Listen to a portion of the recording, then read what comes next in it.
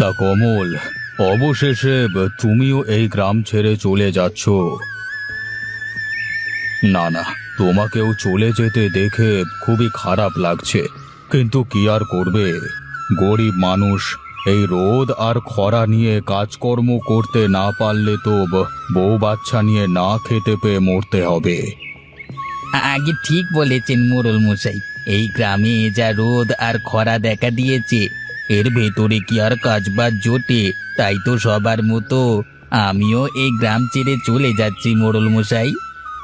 কিন্তু কমল, এই বাড়িঘর ছেড়ে বউ বাচ্চা নিয়ে কোথায় গিয়ে উঠবে, তার কোনো একটা ব্যবস্থা করেছো?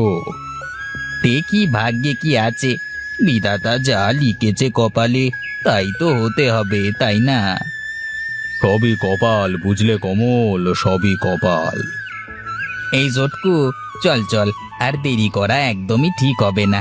সকাল সকাল রোদের তেজ খুব কম আছে, এখনই রওনা দিলে সন্ধ্যা হওয়ার আগে কোনো একটা গ্রামে ঠিকই পৌঁছে যাব। চল চল চল। আরে কমল, একটা কথা বলবার ছিল। তোমার কাছে তো আমি 1000-2 টাকা পেতাম, ওগুলো তো আর দিতে পারবে না। তাই বলছিলাম কি, ওই 2000 টাকার বদলে যদি তোমার বাড়িটা আমি দখলে নিয়ে নিই, তুমি কিছু মনে করবে না তো? আগে মোড়ল মশাই, আপনি নিয়ে নিন আমার বাড়ি। যদি কখনো টাকা শোধ দিতে পারি, তখন না হয় আবার আমার বাড়ি ফেরত নিয়ে নেব। এই তোমরা চলো চলো চলো।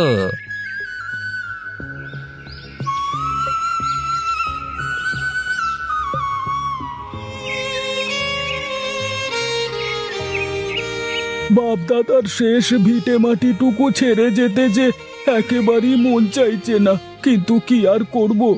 এখানে না আছে বৃষ্টি, না আছে পানি, শুধু খা খা রোদ আর খরা। এর মধ্যে তো আর না খেয়ে মরতে পারি না। ঠিক বলেছেন দাদা, এই বাপ দাদার ভিটে ছেড়ে আমারও যেতে একেবারেই মন চাইছে না, কিন্তু বউ বাচ্চার মুখের দিকে তাকিয়ে থাকতেও তো পাচ্ছি না।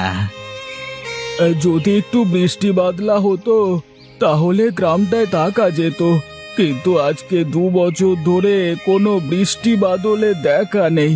গাছগুলো যেন মরে একেবারে শুকনো কাঠ হয়ে গেছে। এই পরিবেশে কি মানুষ থাকতে পারে, তুমি বলো? সবই বিধাতার খেল গো ভাই, সবই বিধাতার খেল।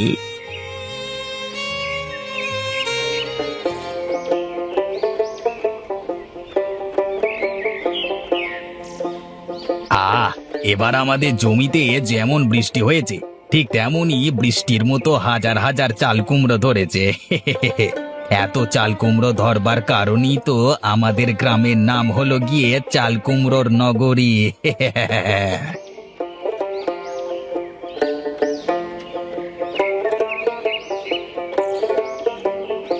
যাক বাবা, এই কুমড়োগুলো ঝুড়িতে ভরা শেষ। এবার ভালোই ভালোই এগুলো বাজারে বিক্রি করতে পারলি হলো। ওগো শোনো, আর চাল কুমড়ো বিক্রি করা শেষে জঙ্গল দিয়ে আসার সময় আমার একটা কাজ করে দিতে হবে। তোমার আবার কি কাজ করবো?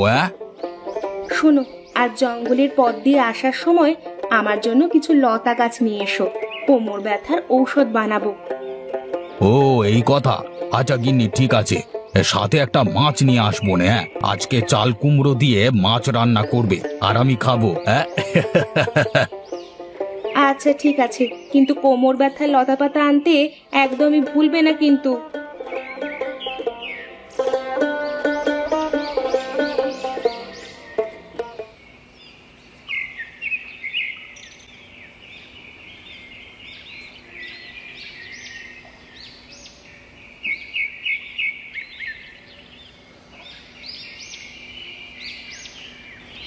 আগে এই যে দাদা, শুনছেন?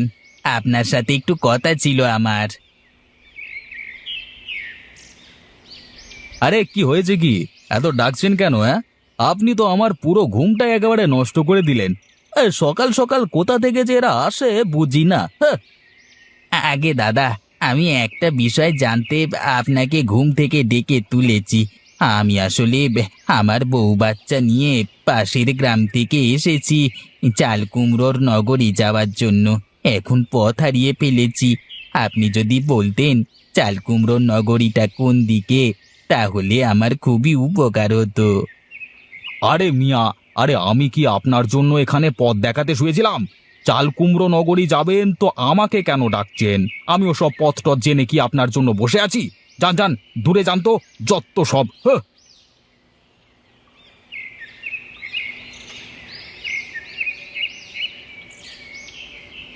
ওগো, লোকটা কিছু বললো? চাল কুমড়োর নগরীটা কোন দিকে গো? না গো গিন্নি, না। লোকটা উল্টে রেগে গেল। চলো চলো, আমরা আর একটু সামনে যাই। ওগো, আমার পা যে একেবারেই চলছে না। আমি যে না খেয়ে আর এক পাও এগোতে পারছি না। এখনই ভেঙে পড়লে চলবে না গিন্নি, তুমি আর একটু ধৈর্য ধরো। এই তো, আর একটু পথ পাড়ি দিলেই আমরা চাল কুমড়ো নগরীতে একটা বাসা ভাড়া নিতে পারবো।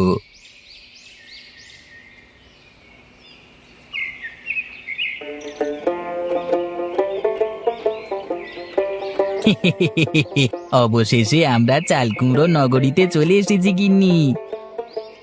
শুনেছি এখানে জমিতে খুব চাল কুমড়ো হয়। তা যে সত্যি কথা, আজ নিজ চোখে না দেখলে বিশ্বাসই করতাম না গিন্নি। হ্যাঁ গো, তুমি ঠিকই বলেছো গো। এই চাল কুমড়োর নগরীটাতে কোনো রোদ নেই, খরা নেই, আছে শুধু বৃষ্টি আর বৃষ্টি। আজ থেকে আমরা এই গ্রামে থাকবো গিন্নি। চলো চলো, এবার ভালো দেখে একটা বাসা ভাড়া নি।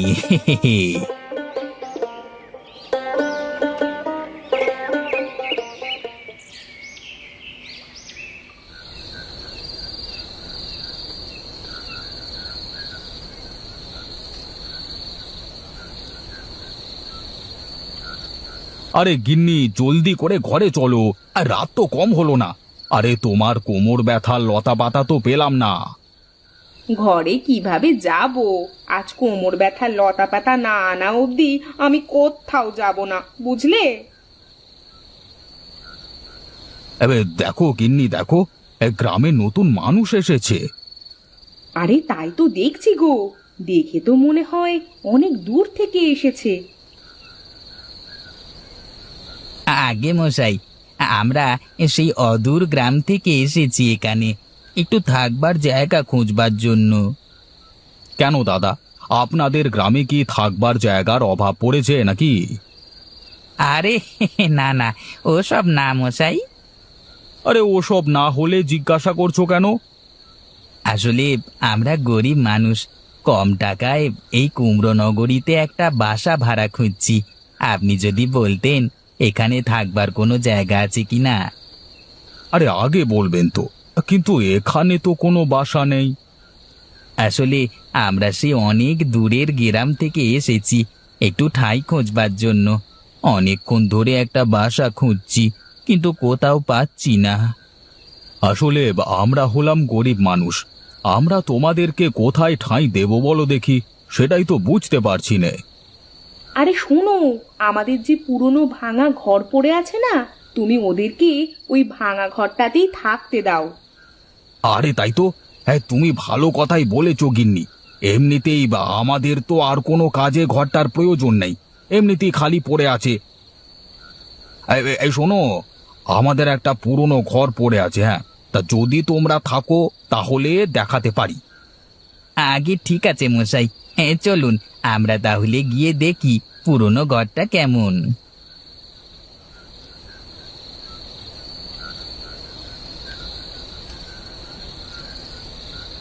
আরে শোনো শোনো, আমাদের এই ঘরখানা পুরনো হলেও অনেক ভালো। আর ভয় পেও না, তুমি যদি চাও তাহলে সেখানে থাকতে পারো, বুঝলে? আরে আমি তো এরকম একটা বাসাই কম দামে খুঁজছি। হ্যাঁ যাক, তাহলে পেয়ে গেলাম।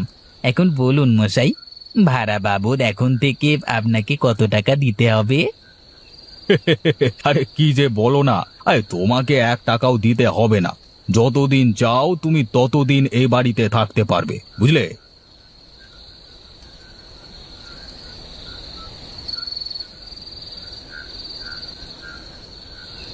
যাক বাবা, খুব ভালো একটা বাড়ি কম টাকায় পেয়ে গেলাম।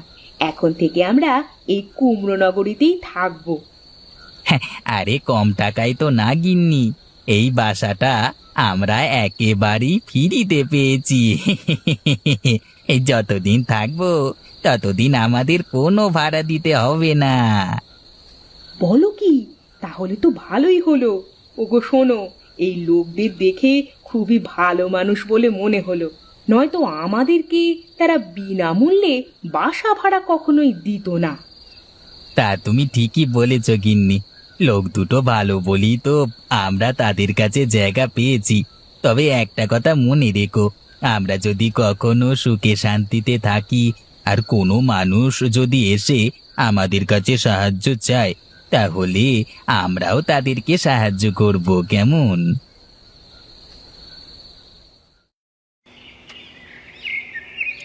তা কমল, তোমার দিনকাল কেমন যাচ্ছে?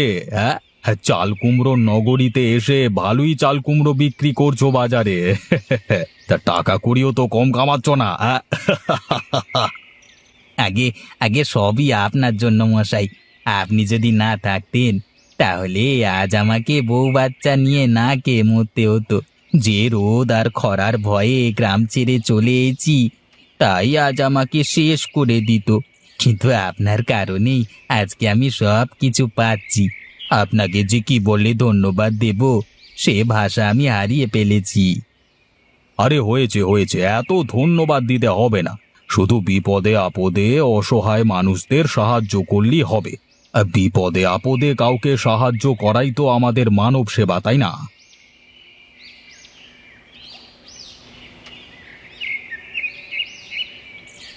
বাবা, আমাকে 2টো টাকা দাও। আজ কদিন হলো আমি কিছু খাই না। আমাকে সাহায্য করো বাবা, আমাকে সাহায্য করো। আমি এক অসহায় মানুষ। আগে দাঁড়ান, আমি আপনাকে সাহায্য করছি।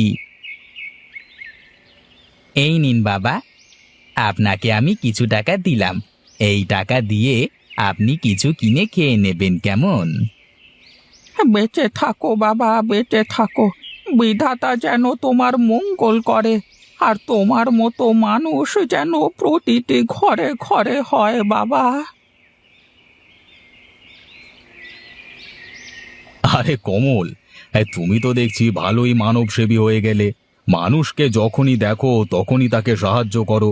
এটা কিন্তু আমার কাছে খুবই ভালো লাগে, বুঝলে? জি মশাই, আমি যখন বিপদে পড়েছিলাম তখন আমাকে কিছু মানুষ সাহায্য করেছে আর কিছু মানুষ করেনি। তাই আমি বুঝি একটা মানুষ অসহায় থাকলে তাকে সাহায্য করা কতটা জরুরি।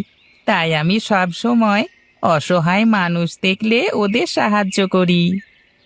ঠিক বলেছ কমল, এটাই হলো আসল ভালো কাজ।